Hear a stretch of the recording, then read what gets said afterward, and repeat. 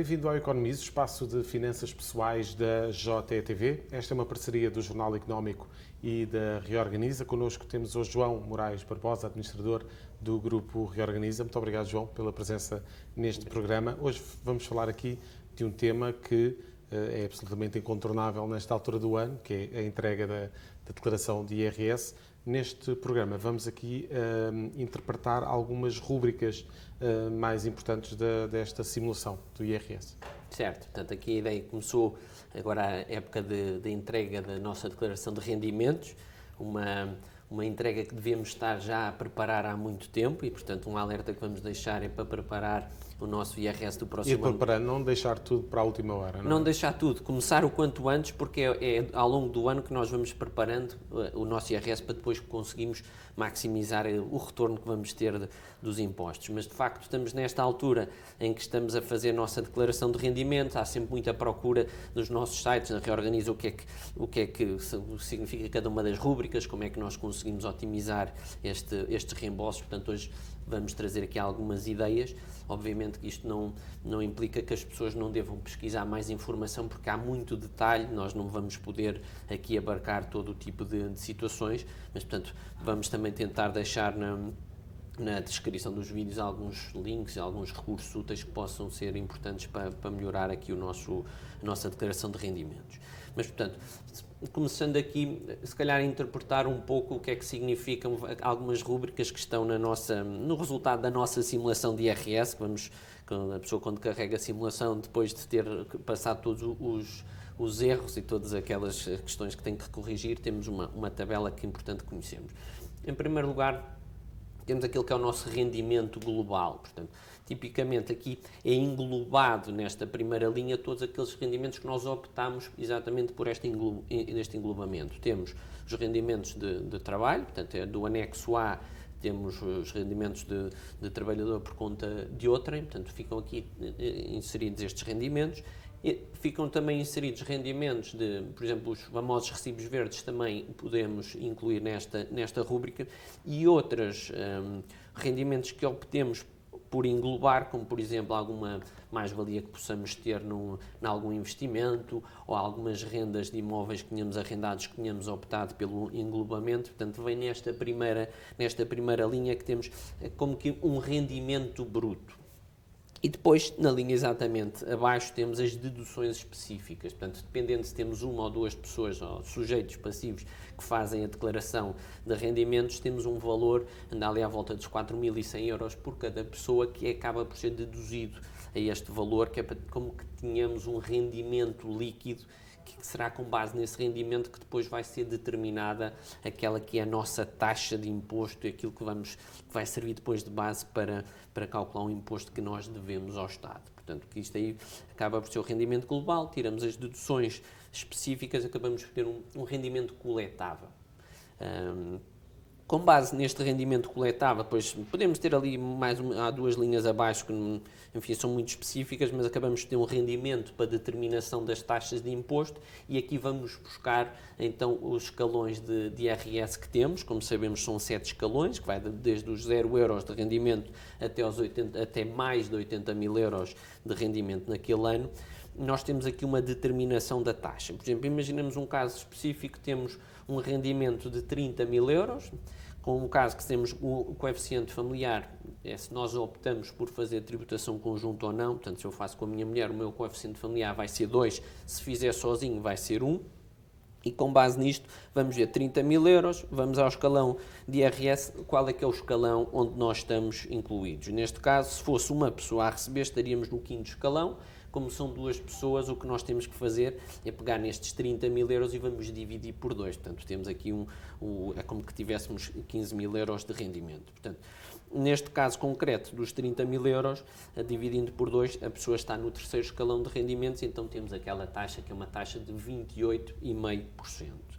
Agora, multiplicando esta taxa pelo rendimento para determinação da taxa, vamos ter uma importância apurada, que é aquilo que, em teoria, seria o valor que nós teríamos a pagar. Agora, há aqui uma questão que é muito importante, que é as taxas de imposto são taxas marginais, ou seja, do primeiro escalão, portanto, que é do 0 até aos 7.112 euros, temos uma taxa de 14,5%. O segundo escalão começa nos 7.112 e vai até aos 10.000 e qualquer coisa. Portanto, para o primeiro escalão aplica-se uma taxa de 14,5%, para o segundo escalão, ou seja, entre os 7 e os 10, aplica-se uma taxa de 23%. Portanto, eu vou subindo o meu rendimento, vou ter que pagar um pouco mais daquele rendimento que é um acrescento. Exato.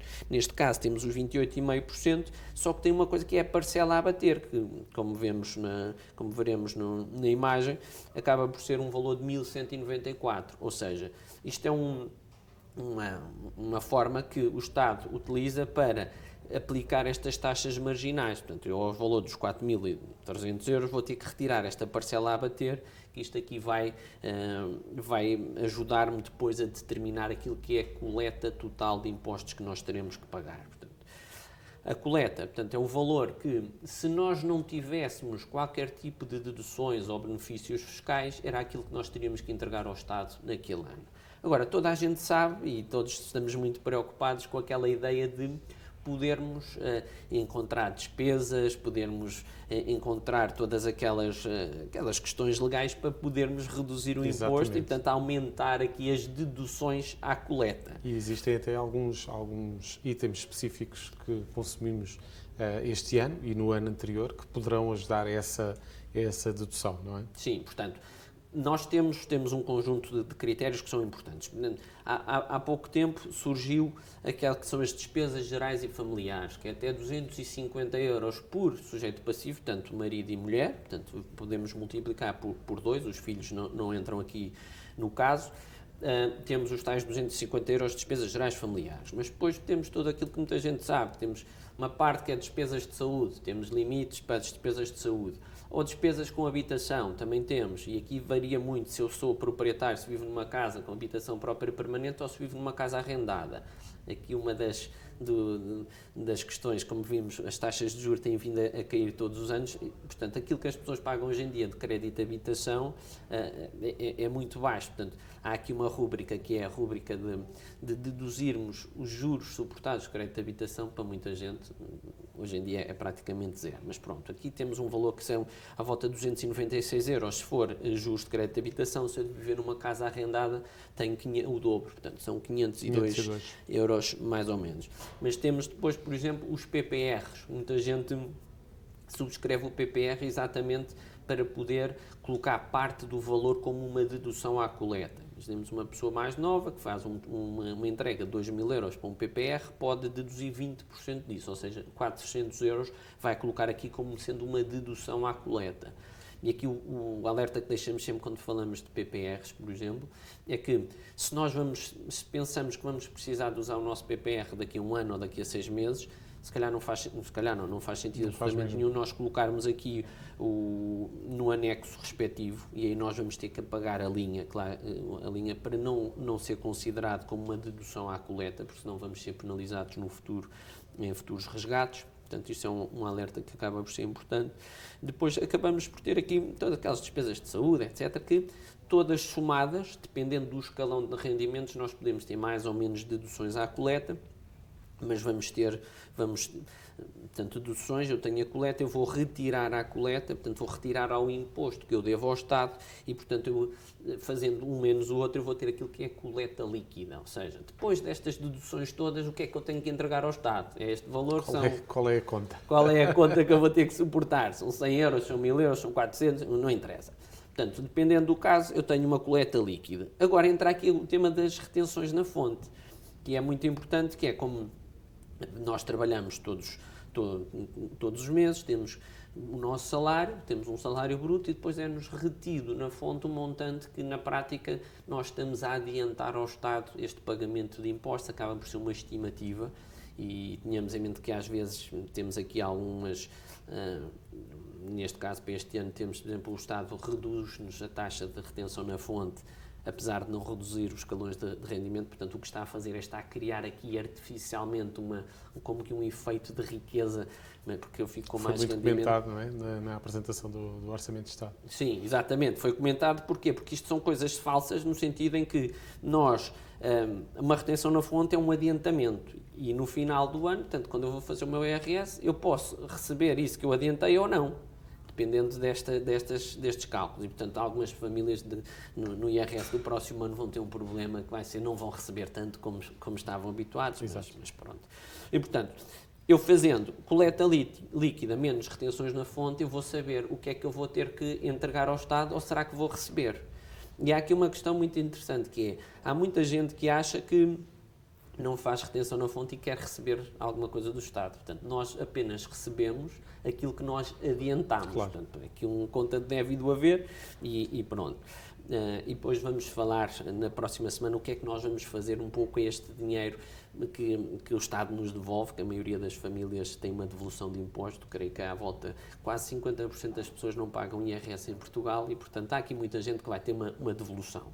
Portanto, são estas aqui as principais ideias que nós temos que ter em conta na interpretação aqui das simulações e pronto. Portanto, queríamos também deixar aqui algumas dicas que quando comecei no início, comecei a falar aqui do tema de que nós começamos a fazer o nosso IRS exatamente no dia 1 de janeiro desse ano. Portanto, o meu IRS 2020, dia 1 de janeiro de 2020 eu tenho que o preparar. Portanto, para preparar o próximo ano, aqui há algumas ideias. Em primeiro lugar, já é muito comum, mas tem que ser cada vez mais comum, nós pedimos as faturas com o nosso número de contribuinte, porque existem algumas deduções, por exemplo, existem as deduções do IVA que nós podemos recuperar se formos aos cabeleireiros, aos cafés e restaurantes ou às oficinas.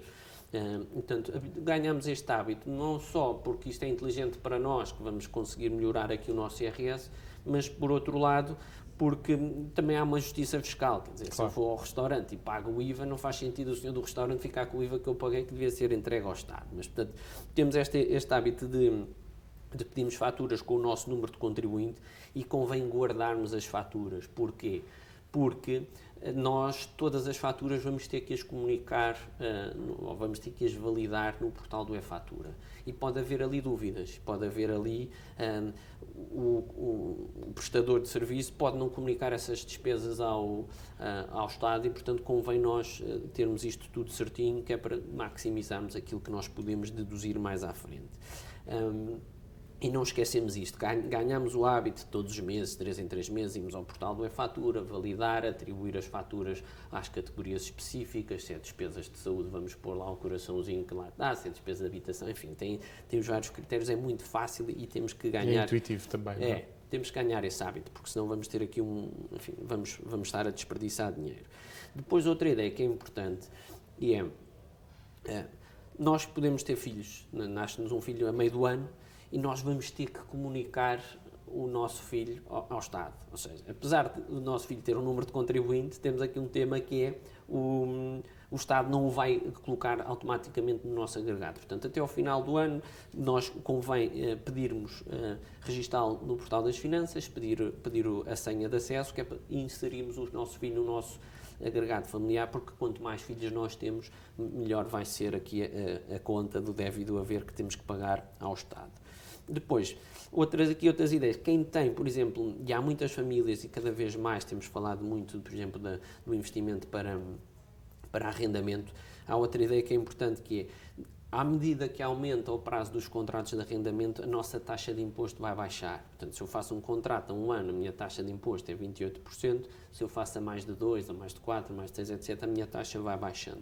O que é curioso é que eu vou ter que comunicar também isto ao Estado. Portanto, vou ter que ir lá a um portal específico comunicar o prazo dos contratos para que exatamente eu consiga baixar aqui a minha fatura fiscal. E, finalmente, percebermos, e como falei há pouco, as condições da mobilização antecipada dos PPRs. Há muitas famílias a perder muito dinheiro com esta questão de ter que devolver o imposto ao Estado. Aliás, se voltarmos ao tema da simulação, nós temos, acima da coleta líquida, temos uma linha que diz acréscimo à coleta, que é aquele valor que eu tive de benefício fiscal, imaginemos os 400 euros, eu vou ter que devolver ao Estado os 400, mais 10% disto, portanto, mais 40 por cada ano que eu vou ter este benefício. Portanto, se eu estou em 2005, estamos em 2000 e o IRS 2020, são aqui 15 anos de benefício que eu tenho que devolver e, portanto, acaba por ser bastante pesado. Portanto, todas estas decisões têm que ser ponderadas com muita cautela, mais uma vez, para maximizarmos aqui o benefício fiscal que possamos vir a ter. Muito bem. Mais alguma dica que queiras avançar, João? Não, aqui só mesmo as pessoas olharem para esta obrigação fiscal. E muitas vezes há aquela pessoa que não faço IRS porque não quer, porque não tenho benefícios, etc. Não, vamos olhar para isto como que uma tarefa que é importante, que pode fazer muito bem às nossas finanças pessoais. Porque, quer dizer, há famílias que recebem muito dinheiro. Porquê? Porque prepararam com muita cautela a sua declaração de rendimentos. Portanto, é conhecermos os estatutos dos benefícios fiscais, é pesquisarmos alguns links que depois vamos disponibilizar também no site, que é percebermos onde é que eu posso ir buscar mais, onde é que eu tenho direitos, onde é que eu tenho deveres, portanto, saber isto tudo, que é para depois, no final de contas, sermos cidadãos que cumprem com as suas responsabilidades fiscais, mas, por outro lado, conseguem uma justiça fiscal que é, de acordo com as regras, aumentar as devoluções de IRS que têm direito. Acima de tudo é isso. Muito bem. João, e é importante, sobretudo, é não ser apanhado de surpresa e ter em mente tudo aquilo que temos que preparar antecipadamente, até como tinhas referido. João, muito obrigado então pela presença neste programa. Há muito mais para descobrir em reorganiza.pt, as melhores notícias de finanças pessoais em jornaleconómico.pt/economize. E se tiver alguma dúvida, já sabe, envie o e-mail então para economize@jornaleconómico.pt. Boas contas e até para a semana.